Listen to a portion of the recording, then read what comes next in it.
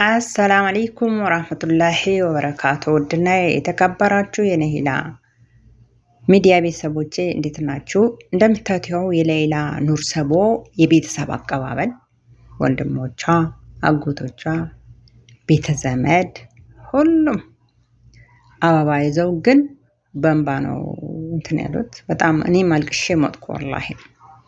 ይሄ ወንድሟ ነው። ብቻ በጣም ያሳዝናል እና ደስ ይላል። የደስታ ለቅሶ ነው። ደስ ይላል። እንኳን ደስ አላችሁ። እንኳን ደስ አላችሁ። ወላሂ እንኳን ደስ አላችሁ። ይሄ አባት ነው። እንኳን ደስ አላችሁ። ሱብሃንአላህ። ይሄ ደስታ የዓለም ሕዝብ በሙሉ ቤቱ ይግባ። ይሄ ደስታ ወላሂ እነሱ እንዲስቁ ያደረገ የዓለም ሕዝብ ነው።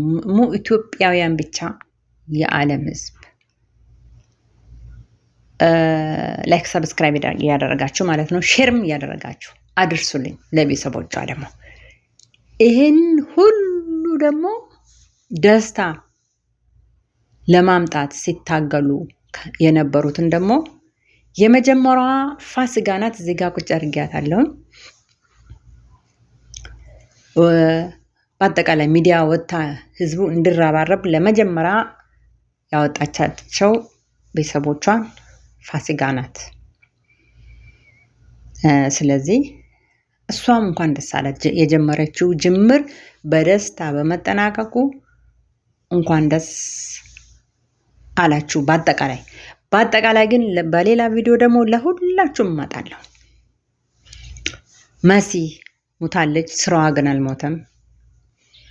በተረፈ ያሉ ደግሞ እነ አቡ አሚራ እነ ተስፍሽ በአጠቃላይ በቅርቡ ደግሞ በአጠቃላይ የዱባዮቹ የትም ያሉት ሁሉ ተረባርበው በጣም ድምፅ የሆናትን ሁሉ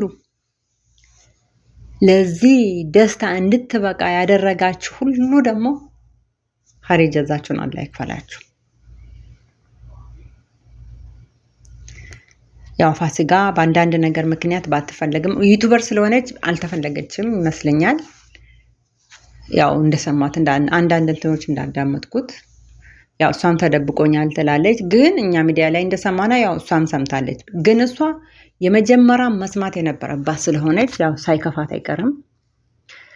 ለማንኛውም ቤተሰቦቿ ከብላ ተርፎ ለሀገር መብቃት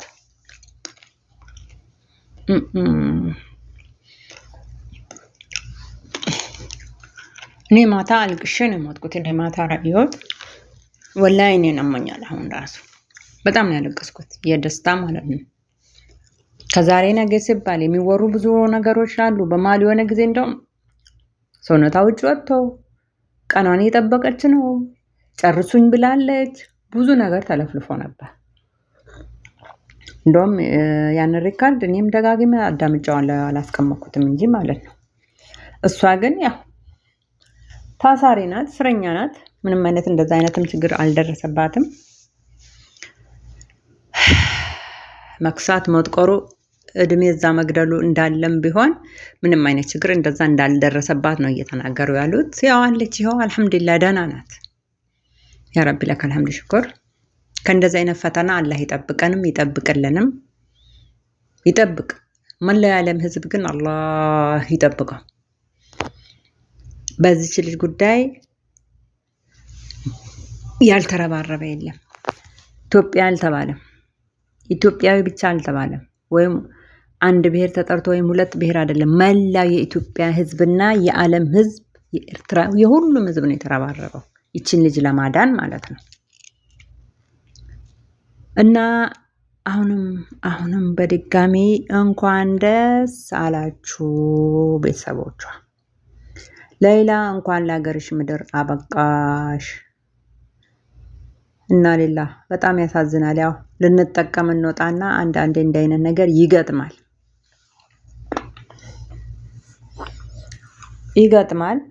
አሳልፎልሻል።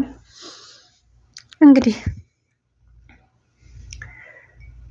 የቤተሰቦችሽ እንባ ታብሷል። በጣም ደስ ይላል።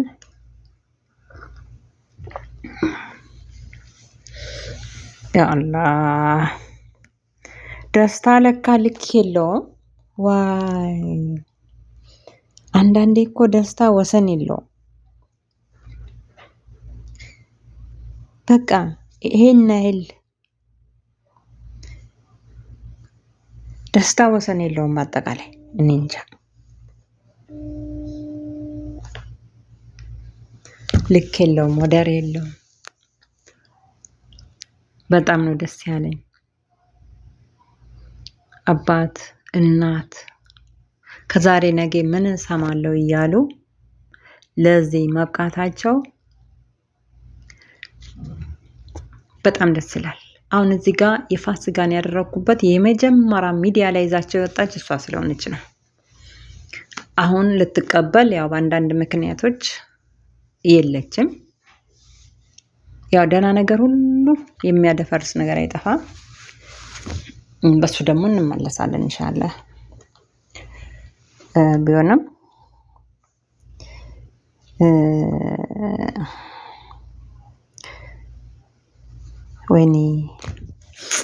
ወይኔ የቤተሰብ ደስታ በእንባ ነው። በቃ በእንባ ልክ እኔ እንጃ በእንባ ነው የተቀበላት። በእንባ ነው የተቀበላት። እኔም እዛ አብሬ ሳለቅስ ነበር ማለት ነው። እና የሰው ደስታ የሚያስደርስተው ሁሉ እልል ይበል። በእሷ ጉዳይ ሲታገሉ ከነበሩት አንዷ በህይወት የለችም፣ ግን ስራዋ አለ። ያው ደህና ስራዋን እንግዲህ ጻፍላት። ደህና ሰርቶ መሄድም አንድ ደህና ነገር ነው።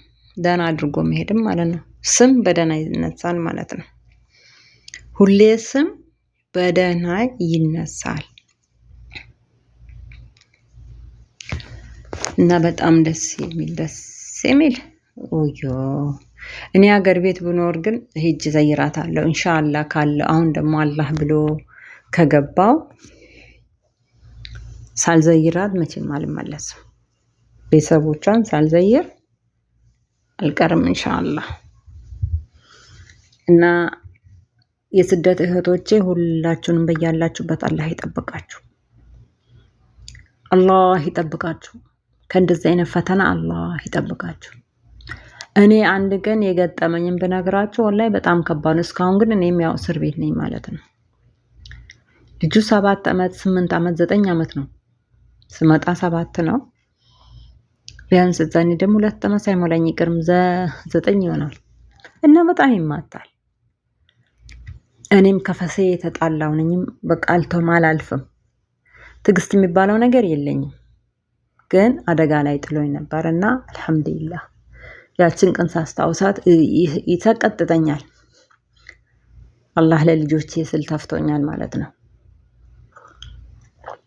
ምንድነው እሱ ያጠብኩት የ9 ዓመት ልጅ እዚህ ሀገር በቃ በጣም ከማጨማላቃቸውና አስተዳደጉ ባለጌ አስተዳደግ ስላሳደጉት እናትየውን አባትየው ፈቷል። በቃ ልጁ ተጨማልቆ ያደገ ስለሆነ በ9 ዓመቱ እኔ ሰውነቱን አጥባለሁ። የ3 ዓመት ግን ጤነኛ ልጅ አያስነካም፣ አያሳይም። ሰውነት ነውር ነው። አልሙሁም ደብድቦኝ ስሮጥ እንዳለ ተዘረገፈ ማለት ነው። ሽንት ቤት ላይ ደብድቦኝ አጥቤው ጨርሼ ምናምን እኔን በቻለ አቅም በቦክስ ብሎኝ እኔ በቃ ነፍስ ርቆኝ እያልኩኝ እሱ ግን ሳላ ላይ ተዘረገፈ።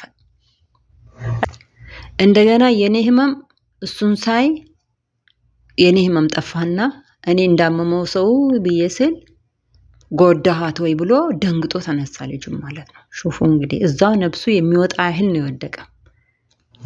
ደንግጦ ብድግ ስል ማለት ነው ለካ ይሄ ልጅ አልሞተም። አው ተርፏል። አው ዛሬ አውጥተኸኛል። አው ያቺን ቀን በቃ ሴትያ ስትመጣ እሄዳለሁ ብዬ ተነሳው ማለት ነው። አልፈልግም፣ እሄዳለሁ። እጠቢ አትበይ ምን አትበይ፣ ግን አይምታኝ፣ የሚመታኝን ያቁምልኝ ብዬ አልኳት እላቸዋለሁ።